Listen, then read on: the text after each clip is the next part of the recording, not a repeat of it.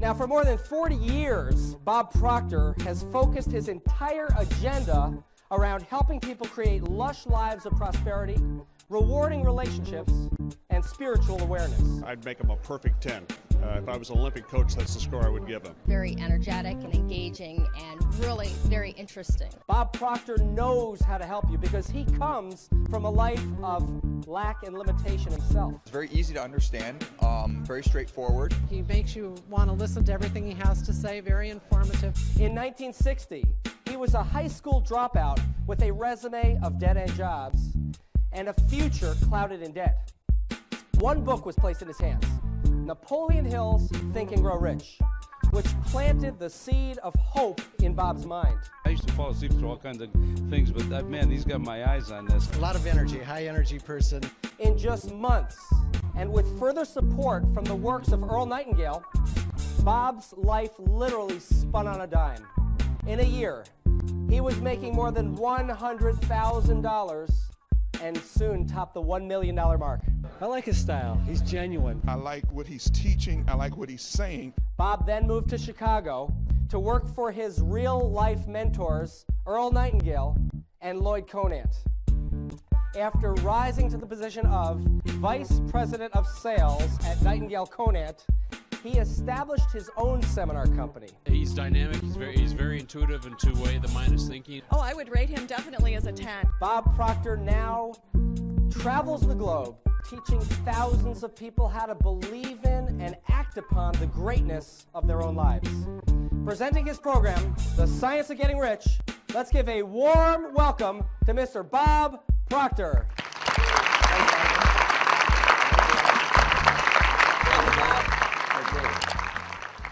Good afternoon. This is a neat seminar set up here. Think of this for a moment. All that's required to put the science of getting rich to work in your life is a decision. Now, you know, most people will look at that and they'll say there's got to be more to it than that. How many of you have been trying to earn a lot of money for quite a long time? How many have difficulty at it? You know, 1% of the population earn about 95 or 96% of all the money that's being earned. And it's a subject that is not taught in school.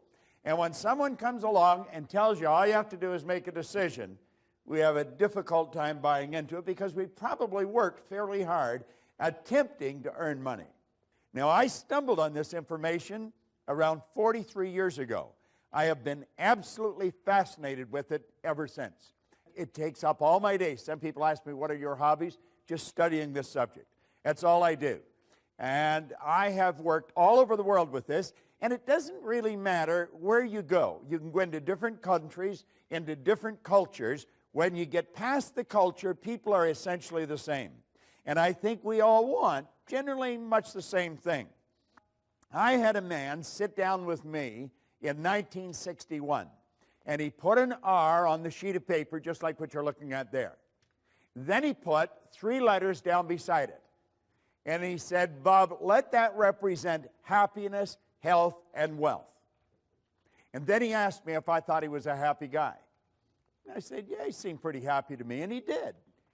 He said, have you ever seen me when I was sick? And I had to admit I hadn't. He said, have you ever seen me when I was broke? And again, I had to admit I hadn't.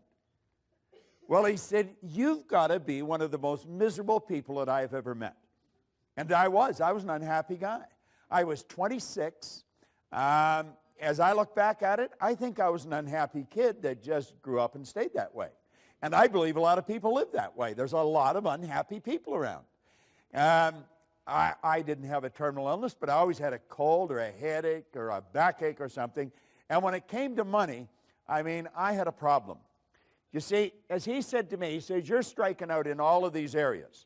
I was actually earning $4,000 a year at the time, and I owed $6,000. Now, you know, that's not an uncommon position for a person to be in. If I took everything I earned for 18 months, nothing to live on, and just paid debt, I would have just broken even. So when you look at that, you know, there's not a lot of hope. I don't think I ever thought I'd get out of debt. It never entered my mind that I could. I never really thought of earning a lot of money.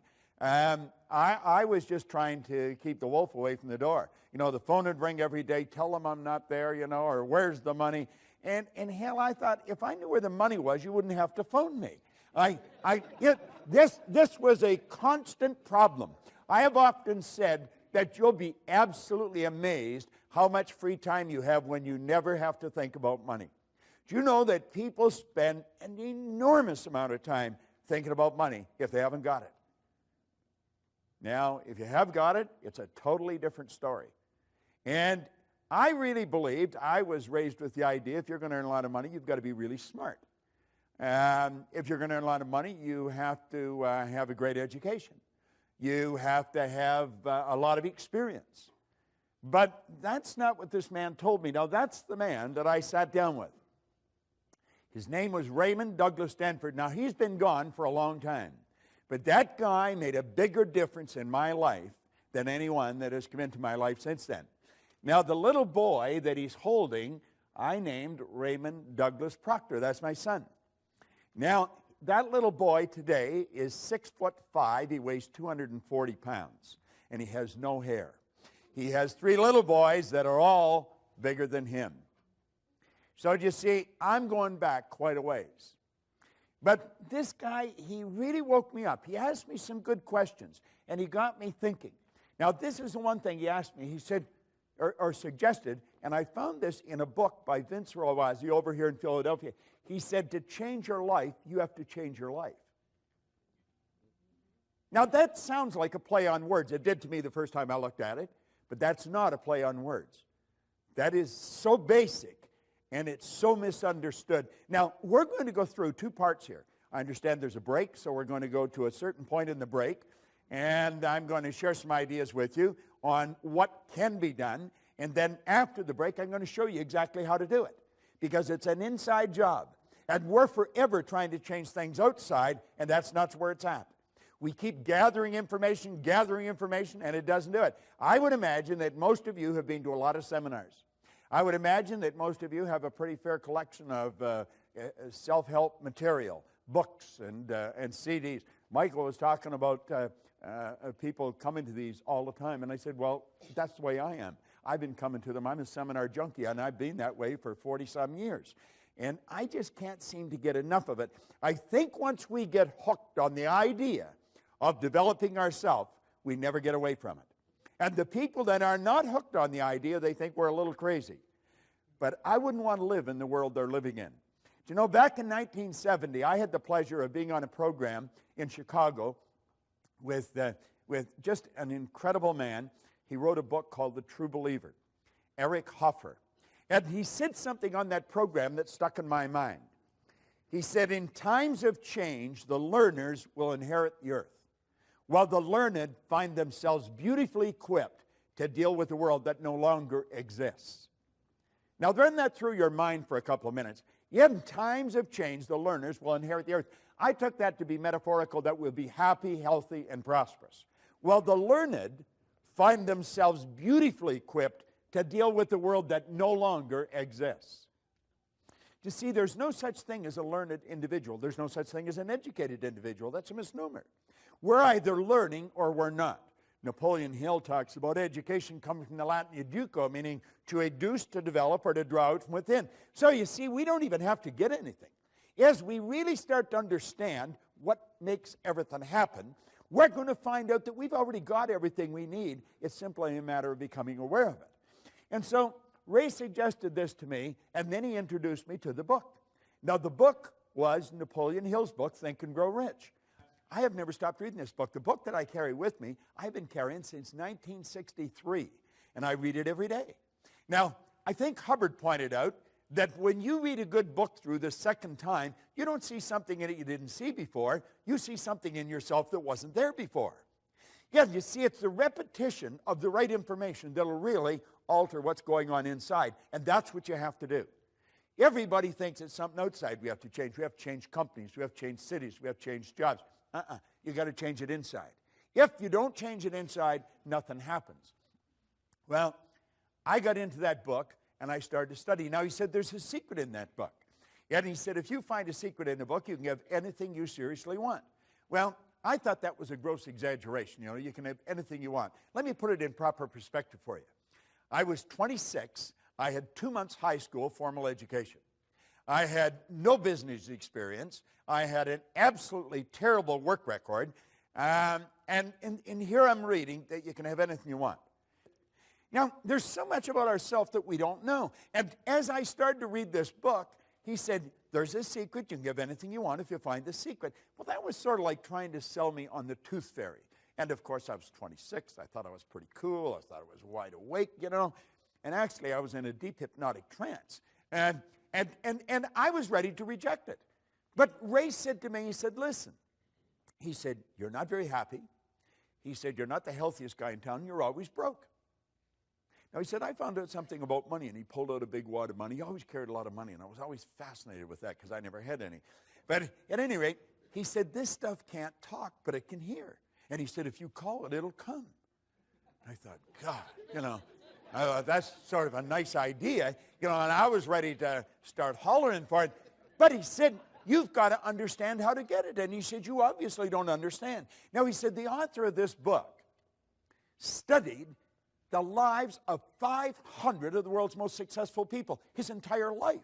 Then he put it in this book. Now, he said, I'm inclined to think that he knows something that you don't know. Well, I think he just sort of put me in my place, you see? And so I started to read the book, and I found the secret. And the secret was so basic and simple, everything changed. Do you know, a year later, I was earning $175,000 a year, and then I took it over $1 million a year. I mean, I had money coming in from all over the place.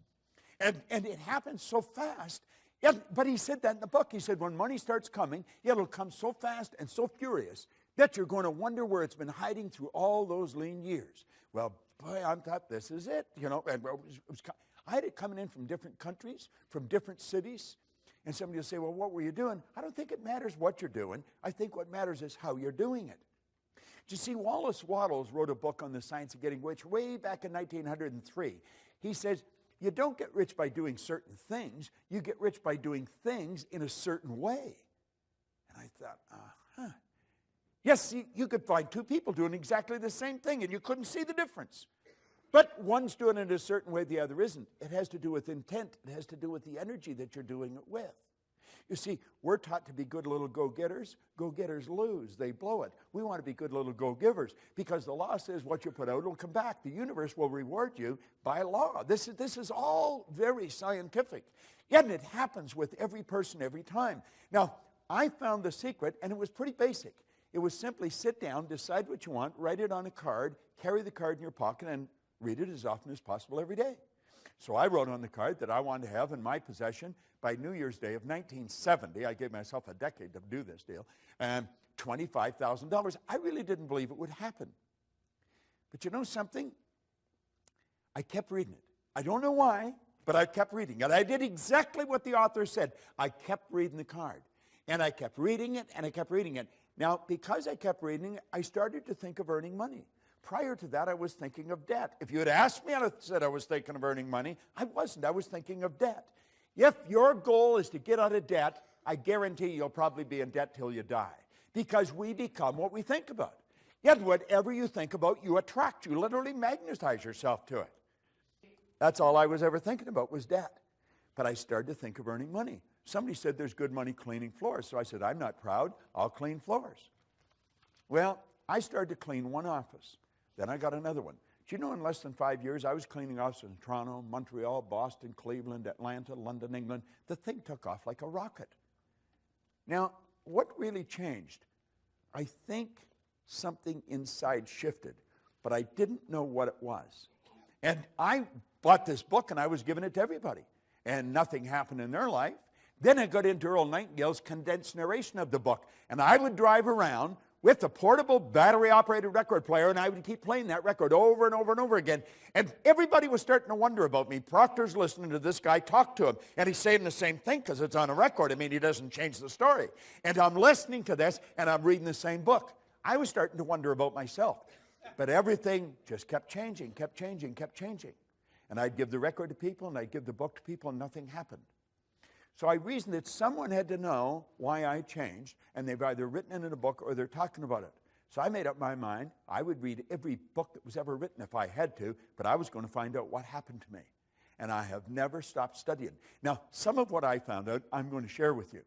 And since Michael is trapping this on a DVD, you'd be wise to get it and watch it over and over and over again. No, seriously, because what I'm going to share with you is probably the most valuable information you could ever lay your hands on. And I often mention I've got license to brag about everything I talk about because none of it's mine. I have just gathered this information from some of the wisest people in the world, and I have been absolutely obsessed with trying to figure out why we do what we do. And, of course, you don't even have to be too quick. If you study the same thing for 40 or 50 years, I mean, you're going to start to learn something about it. So that's what we're talking about. Now, I want to suggest that you make up your mind you're going to get in what we call the success zone. It's a way of thinking. Now, get this. If 95, 96% of the population are blowing it, if 1% of the population are earning about 95% of all the money, you're not going to get a whole lot of people agree with what you're doing. Most people are going to look at you kind of strange. What are you going there for? You went there last month. What are you listening to that for? You listened to that before. What are you reading? What do you read the same book over and over for? They don't understand. And you see, they're advertising their ignorance by the questions they ask. When we get into the success zone, everything in our life starts to change. But understand this, you're going to be a bit of an oddball. You're out of the box. You're not one of the masses.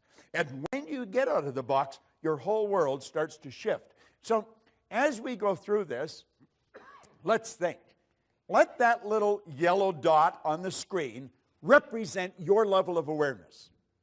This represents your level of awareness. This is what you're aware of. Now, everything you've got in your life, everything, your relationships, your money, everything, is an expression of your own level of awareness. See, people that earn $50,000 a year are not earning 50 because they want 50. People are earning 50 because they're not aware of how to earn 150. People that are suffering from headaches, they're not suffering from headaches because they want to suffer from headaches. They're suffering from headaches because they're not aware of how to eliminate the headache. It's their head. They made it ache. They can make it stop. So you see, it's awareness we're after. Now think of this. If that little dot represents our awareness and it's responsible for everything we've got in life, just think of how your life could change if we magnify it just a little bit. I mean, everything would start to change.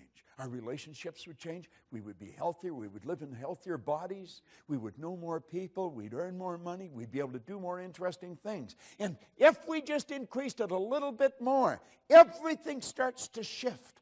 Well, I've been living this way now for 40 years. It's absolutely fascinating. I celebrated my 70th birthday last week. I got more energy than most people, 20. I have absolutely no intentions of slowing down. People should say, you should slow down. That's a bunch of crap. We should speed up. We've got more power. Do you know the most erudite scientist alive can't even guess at what you and I are capable of doing? No one knows what we're capable of. All the power is omnipresent. That's within you, within me. Slow down. We're just starting to warm up. What we want to do is calm down. You can go at warp speed and stay very healthy if you stay relaxed. And that's really the secret. Now just imagine we expand our awareness a little more. Do you know what this program is doing for you today? It's expanding your awareness. That's what the program is all about. Every time you come to one of these programs, your awareness is widened. Your world starts to change. You think, oh yeah, that's pretty interesting. And it just keeps getting bigger and bigger and bigger. Our awareness keeps changing. Do you know that no one knows how much money you're capable of earning? There's no one can even guess at what you're capable of earning. We want to become aware. We're like we are because we're not aware of how to do it better. We know how to do it better.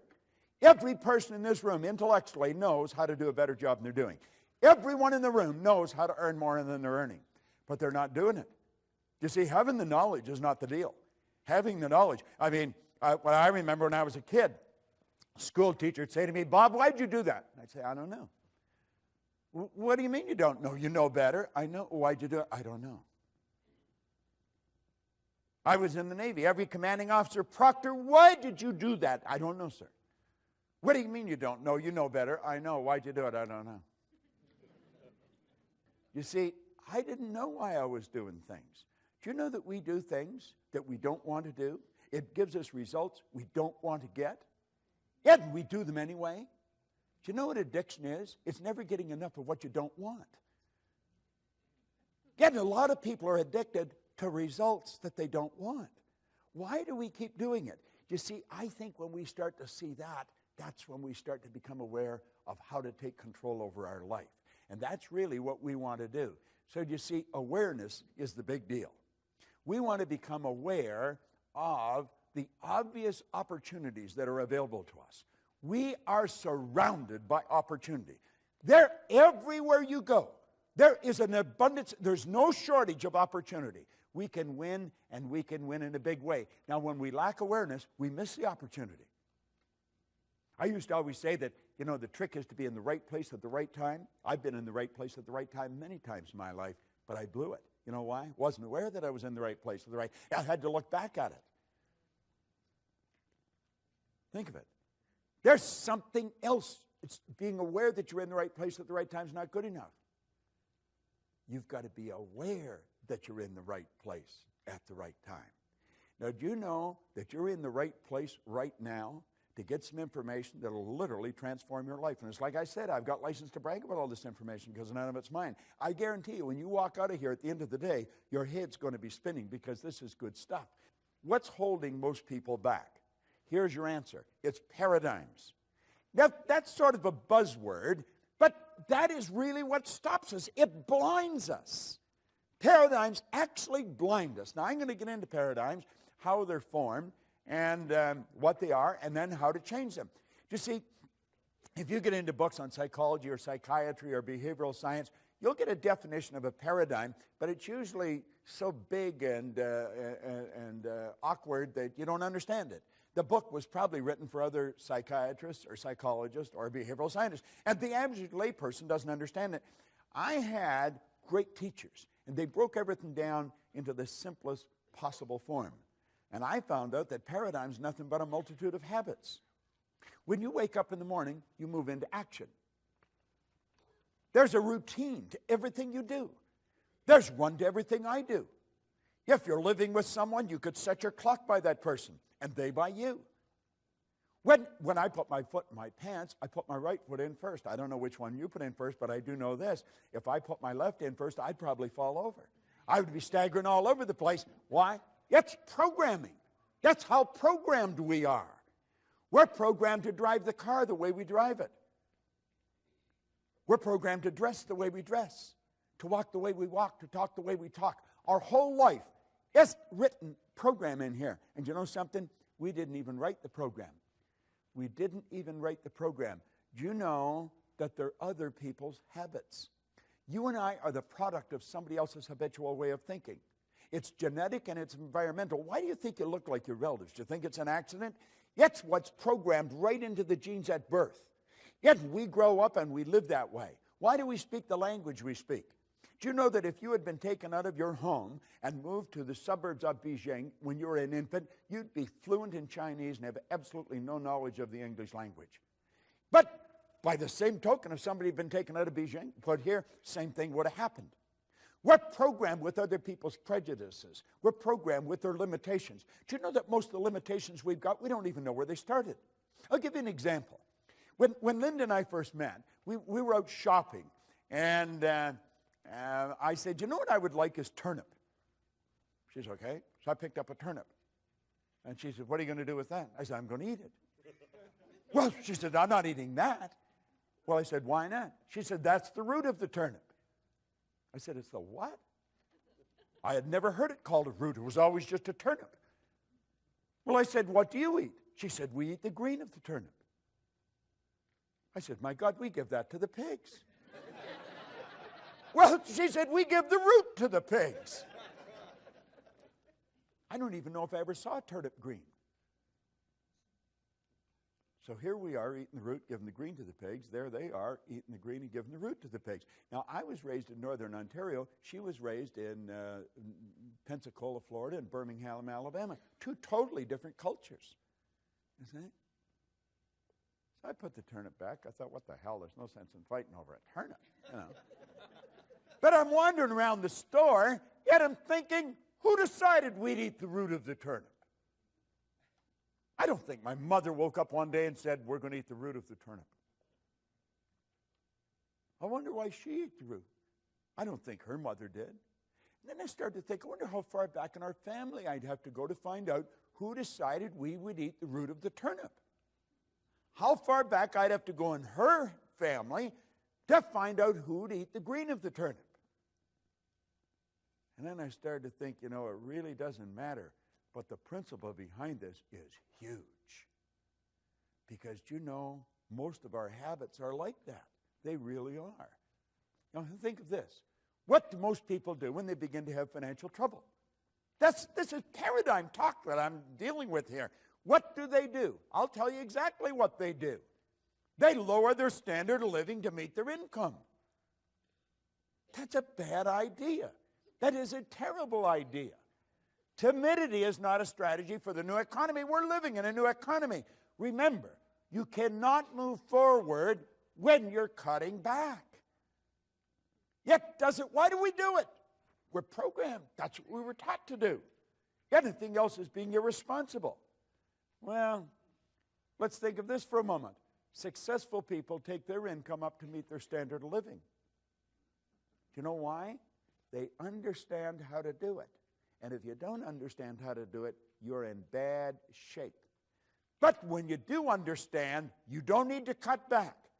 Never need. I've been working pretty closely with a fellow. In fact, we just come back from Europe. We were over all through Germany and over into Finland. And he had had a bit of trouble with money here just within the past year. And he was put his house up. He was going to sell it. I said, what the hell are you selling your house for? Well, he said, I can't afford to keep it. I said, you can't afford to sell it. Yeah, I said, you've got to make a decision right now. Do you like the house? Yeah, I don't want to sell it. Then don't sell it. Just figure out how to earn more money. And so the two of us got working on it, and his problem was solved. It was simply a decision. Well, that's all we need. See, we're living in a new economy. The economy that you and I were raised in, that's not the economy we're living in anymore. It's a totally different world we're living in. But we're still operating with all the old habits.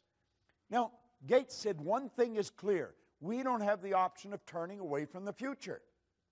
You don't have that option. No one gets to vote on whether technology is going to change our lives. It's here. This is the deal. You either fall in line with the new rules or you're going to lose. It's that basic and it's that simple. There's nothing complicated about it. You see?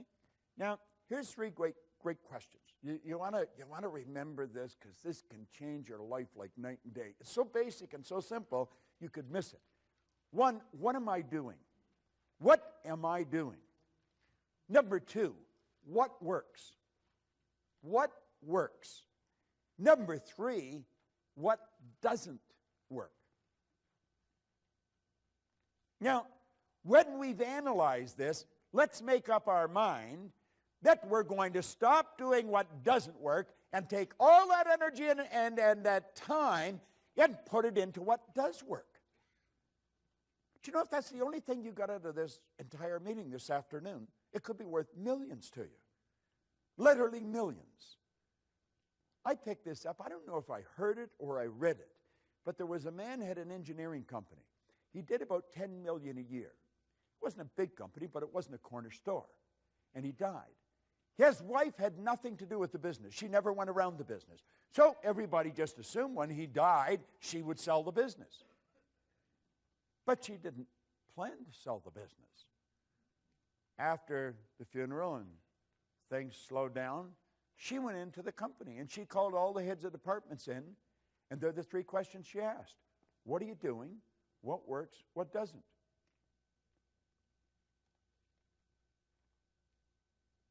She told them to stop doing what didn't work, spend the time at what does work, and she took the sales from 10 million to 25 million. She just went in every now and then. That's all she ever did. I wonder what would happen if that's all we did. we want to understand and apply, if we really want to get into the science of getting rich, the law of compensation. Now, the law of compensation is pretty clear. There's nothing complicated about it. The law of compensation clearly states that the amount of money you earn is always going to be in direct ratio to the need for what you do, your ability to do it, and the difficulty there would be in replacing you. Now, do you see, if we really study this, there's probably quite a need for what you do. Now, I don't know how proficient you are at doing it. Most people learn how to do something, and then they never improve upon it from that point on. Once we learn how to do it, we just keep doing it at that level. That's why most people read at a grade 7 level. They never learn how to improve upon it. You see? The third one, the difficulty there will be in replacing it. So you see, if you analyze this, you're going to realize that if you just focus on number 2, number 3 is going to take care of itself. Number 1's already taken care of. There's probably a great need for what you do. Now, if we become very, very good at what we do, just keep perfecting what we do. If we sell, let's really learn how to sell. Keep getting better at it. You would become very difficult to replace. Now, I've always felt for salespeople, and I would imagine quite a few of you are in sales, you want to learn to master your presentation. Most people make a terrible sales presentation. Just absolutely terrible. That's why they don't do very well. I have gone into companies and watched sales go up by hundreds of millions of dollars, and we tell the people not to work as hard. See, we've got the idea in our mind, if you're going to earn more, you've got to work harder. Bad idea. Now, think of this for a moment. I want you to think about your financial success. And don't think for a second that you can't change it. You can change it. You can change it dramatically. But really think about your financial success. You see, these meetings, these seminars, they can change your financial success like night and day. There's nothing that'll do it better because it's information that we're getting about ourselves. Now think of this for a moment. Money makes a big difference in all the important areas of our life. You'll hear people say, well, money's not everything and money won't make you happy. That's an absurd statement. Money was never meant to make us happy. And since it doesn't make any difference whether you have it or not as to whether you're happy or not, you might as well have it. Yet, at least if you're miserable, you'll be miserable in comfort. I mean, there's some consolation in having it. You see? Now, think about it for a moment. Money is meant to make us comfortable. The more comfortable we are, the more creative we'll become. The more creative we are, the more service we can render. The more service we render, the more money we will earn. You see? We want to open our mind to these two questions. Okay? Now, I want you to think about these two questions. What is your name, sir? John. John, there's the first question. How would your life change if your monthly income, boom, just like that, became your weekly income? How would it change? You'd be more comfortable. How would you be more comfortable? What would you do different? If every Friday you got what you earned all last month. It wasn't a lottery, it's every Friday. You're not sure, are you? No, you're not. You know something? And that's not unusual. I very rarely ever get a person to answer that question. What is your name? Holly. Holly? Here's a question for you. How would your life change if your annual income, bang, like that, became your monthly income? If on the 15th of every month you earned what you earned all last year? Too hard to imagine. Now, there's two questions, simple questions, no answer. You know why you don't answer them? And you're not an exception to the rule. That's because we never sat down with one of these, wrote that amount, that figure on a piece of paper, and then just think of how to do it. Don't spend any time thinking why you can't, just think of how you can. You know something, you do it. Anybody in this room can turn their, but you're not going to do it by accident. You're not going to do it unless you decide to do it. Now you'll say, I don't know how to do it. Hillary didn't know how to get to the top of the mountain when he went up it either. He didn't. He tried in 51 and he failed. He tried again in 52 and he failed. Yet in 1953, he and Tenzing Norgay stood on the top of the world. Now, I have worked with him on 2 or 3 occasions. He's just a nice guy. The only thing different in him that I could see in me is his size. He's got a hand that would just wrap right around my hand. Big guy.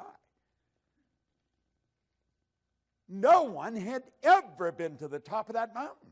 Do you know 1,000 people have been up there since? Things don't happen unless you decide they'll happen. Well, anybody could make that happen.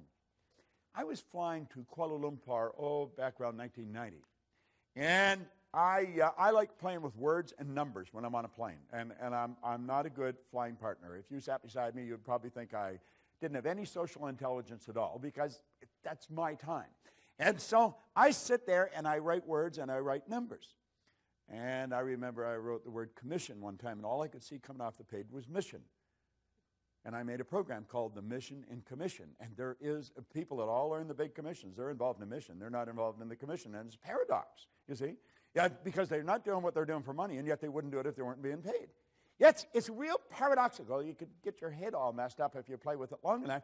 But I sat down and I wrote a 1 and 6 zeros. And I took a look at it and I thought, $1 million. You know, we've written songs about $1 million. We'll say, what would you do if you won $1 million? Oh, I don't know what I'd do, you know. And we have all these little games that we play. Line up for blocks. I saw a sign coming in here, just driving into town, where they had a big sign up. There was $1 million in the background, and there were 31 million or 390 million or something in a lottery, you know. And there'd be all kinds of people look at that and say, God, would that be nice, you know. Well, anybody can do this. And I got thinking about the people that I knew who had earned $1 million. Hell, I earned $1 million, and I didn't even know what I was doing. You don't have to be very bright to earn money. And there's enough evidence around to prove that. There's all kinds of people that are functionally illiterate. They can neither read nor write. They're multimillionaires. Yet there's people walking the street who are absolutely brilliant, and they're broke. Think about it. That's got nothing to do with being intelligent. It has nothing to do with gender. It has nothing to do with geography. It has nothing to do with working hard. I did a TV show with Robin Leach a number of years ago. He's probably interviewed more wealthy people than anyone alive. He told me the wealthiest people he knows, he's never seen them working. Now, you could be sitting there and thinking, well, what the hell do they do? You know? I mean, that sort of scrambles our head, because we've been trained you got to go to work. Well, here's another one. This is, you know, like the 3 questions. This is another one that you want to burn into your mind. This is something most people don't know. They don't teach this in Harvard. They don't teach it at Wharton. They don't teach it at Eton or Stanford. Hardly anybody understands this. And I understand it. So, I mean, it's not too difficult to learn. There's 3 strategies for earning money. I refer to it as M1, M2, and M3.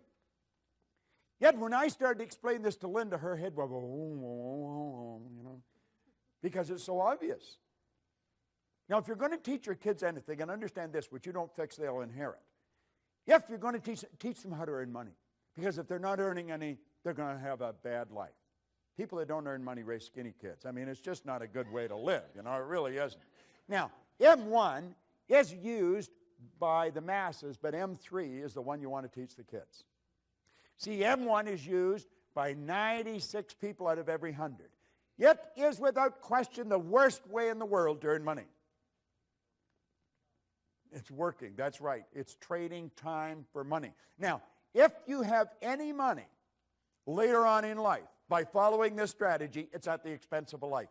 You have been earning a bit and you've been squirreling some of it away, but it's at the expense of the car you want. You never drive the car you want. Most people look at a car and they think, oh, and I ever like to have that. And while they're thinking why they can't have it, somebody else is thinking to buy the whole dealership. You see? Yeah, they're using the same mental faculty and they're drawing on the same thought power. This is a terrible concept. Trading time for money. You will never get ahead of the game doing it. M2 is a good strategy, but it's only used by 3 people out of 100. That's where we invest money to earn money, which is the probable reason why there's only 3 people out of 100 using it. Investing money to earn money. Now, some people are very good at investing money. They do very well. Most people are not. The ones that are doing it, the ones that win at it are in the minority. Now, this is the one I stumbled on way back in the early 60s. Had no idea what I was doing. No idea. But it happened. I moved from M1 to M3, just woo, like that. It took me 9 years to figure out what I was doing. Did not understand, and yet you see that 1% earn 96% of all the money that's being earned. Now this group here, they multiply their time by setting up multiple sources of income. They don't have one source of income. They got lots of sources of income. And you think, well, how do you get to that point? You get there by deciding that's where you're going. I mean, how are you going to get home? Are you going to walk out of this theater and say, God, I don't know what to do? Well, you're either going to go home or go to your office, go somewhere, but you know where you're going to go. And that's how you're going to get there. You're going to think, am I going to walk? Well, I don't think I'll walk. Well, I drive. Well, my car's here. I probably should take it with me, you know. And this is all, it's a process that you do. It's all automatic. This is a process that's automatic. You see, if you can earn 100, you can earn 1,000,000 because you're following a basic principle. You see?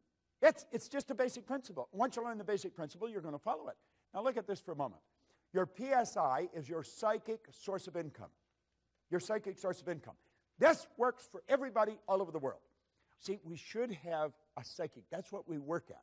We wake up in the morning and we start doing what we absolutely love to do. I always find it amusing that I can be so well paid doing what I love. I love doing this. I absolutely love it. Yet, and I earn ridiculous sums of money for doing it. But I'm doing what I really love to do. That's what we should do. We should all do what we love. It's a psychic source of income. We can earn all the money we want. We can stay healthy. We don't need to react. See, if you do something, I react to it, you're in charge of me.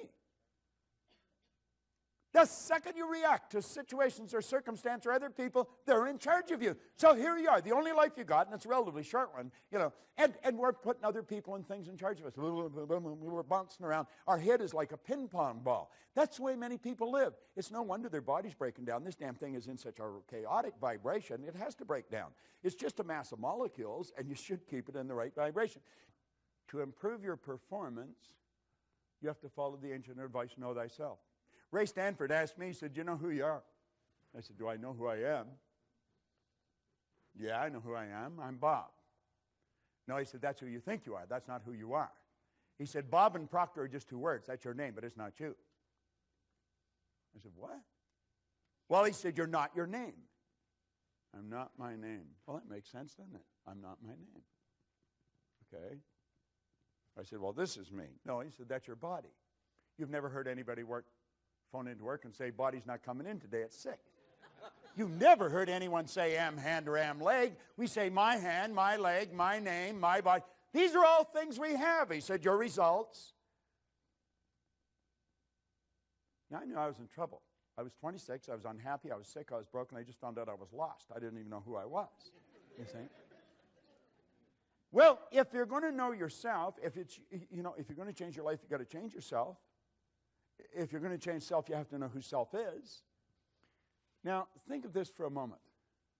You and I have infinite potential. Now, I said before, I don't know how much infinite is. I just know it's a lot. Has no beginning and no end. That's the potential we've got. We've got all of this power, yet if you watch the way most people live, you would think that they were just about out of juice. A lot of people, when their heart stops beating, it's going to be a formality. I mean, they just sort of sit. They never really get it going. Yet we have infinite potential. We're dealing with something pretty big. If we're going to find out something about ourselves, we have to look at this. You say, this is over my head. No, it's not. I teach this to kids. I got it. This all tied into the science of getting rich. Rich resources are lying dormant within us. Let's look at it a different way. You see?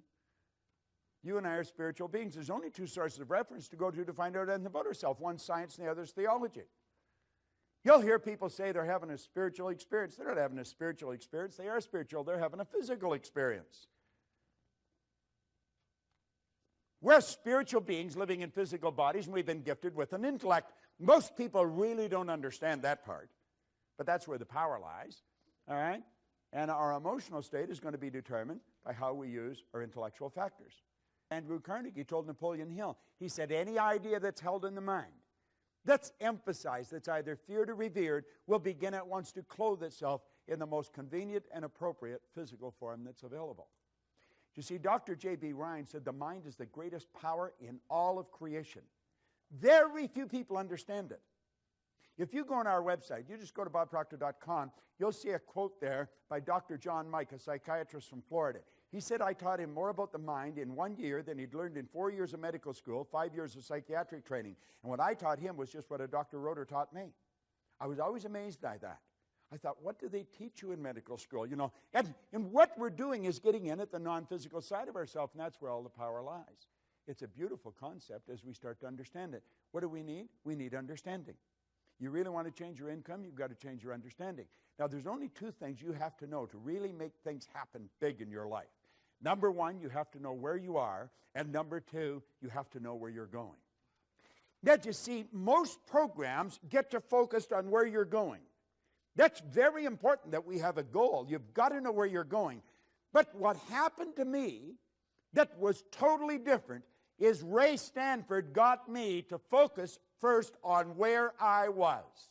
He got me to look at what I was doing with my life, got me to take responsibility. He said, your results aren't bad and they're not good, they're just results.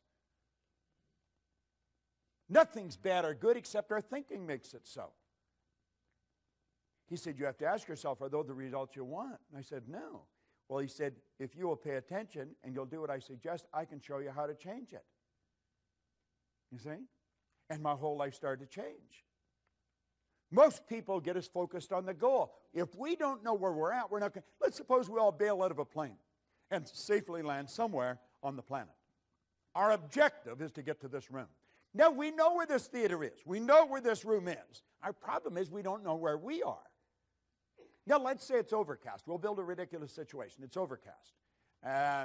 There's no street signs. There's no wind. There's no compass. There's no map. There's no people. But we know we're on the north. I mean, we could be in Milwaukee heading towards the Canadian border. We could be in Los Angeles heading towards Tijuana. You could be in Atlanta heading towards Miami. We could be right outside this theater and walk away from it. If we don't know where we are, it won't matter where you're going. So you see, we've got to take a good, honest look at ourselves. What am I doing? What works? What doesn't? Who am I? And as we really get a grip on this, everything in our world will begin to change. Now, I'm going to run through this very quick, and then we'll have a break, and then I'm going to come back and I'm going to show you some simple things about the mind and how to make the shift that you want to make. You see, what we're seeking always is greater awareness.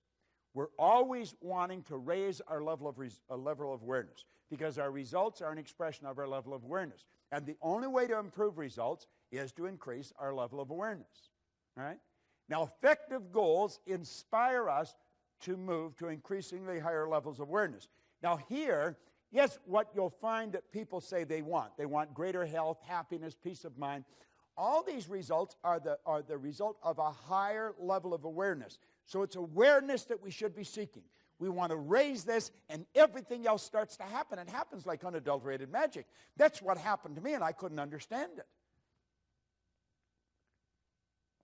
Now, there's a basic law that said everything in life is either growing or dying. It's either create or disintegrate. So you're never going to stay where you are. Your results are going to get better or they're going to get worse. It's create or disintegrate. No one stays where they are. Now, the truth is, I think most people get a little better and a little worse, a little better and a little worse. When they get a little better, they're forcing it, but force negates. You see, there's something inside of you that's urging you to grow. This is the spiritual side of our personality. It's the essence of our being, and spirit's always for expansion and fuller expression. There's something in you that wants you to grow. If you run, you want to run faster. If you jump, you want to jump higher. If you sell, you want to sell more. This is good. It causes dissatisfaction. Dissatisfaction is a creative state. My grandmother pretty well raised me, and she taught me that I should be satisfied with what I've got. Grandma was wrong. I should be happy with what I've got, but never satisfied. It's dissatisfaction that gave us the incandescent light. It's dissatisfaction that gave us air travel. It's dissatisfaction that gave us the internet. All those things were always here. People just became aware of them. The way to fly an airplane was always here. We can go all over the world now. We're not a long ways from anywhere. We're only a short period of time away. But while there's something inside wanting us to grow, there's something else that's trying to stop us. And that's the old paradigm. Now, after the break, I'm going to show you how that paradigm is formed and how we can change it. Yet it's just like magic. And when you do, your whole life changes. Everything in your life changes. Just no question about it. Now, you've got the one side that wants you to grow and the other side that doesn't want you to grow. The old paradigm does not want you to grow. Anyone that has smoked and quit smoking, I used to smoke. I quit years ago.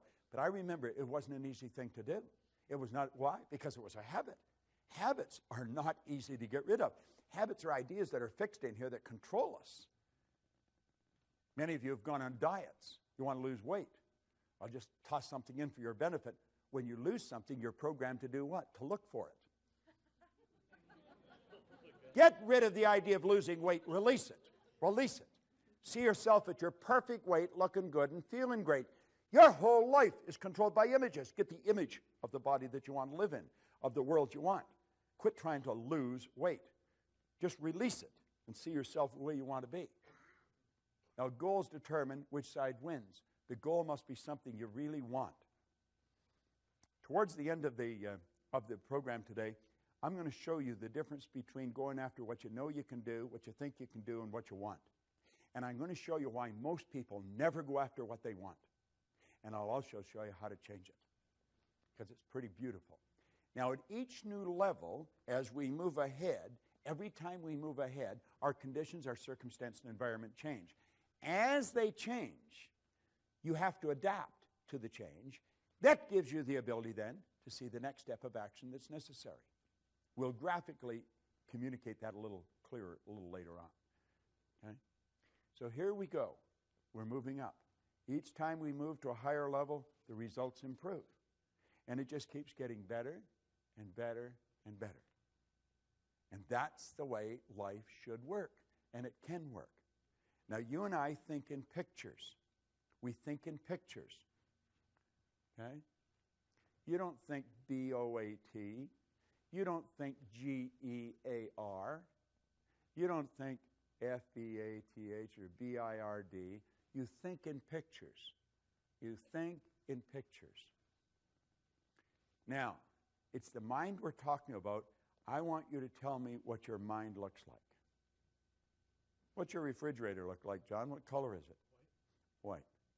2 doors? Yes. Top and bottom? Yes. Which way do they open? To right to left or left to the right? Left to right.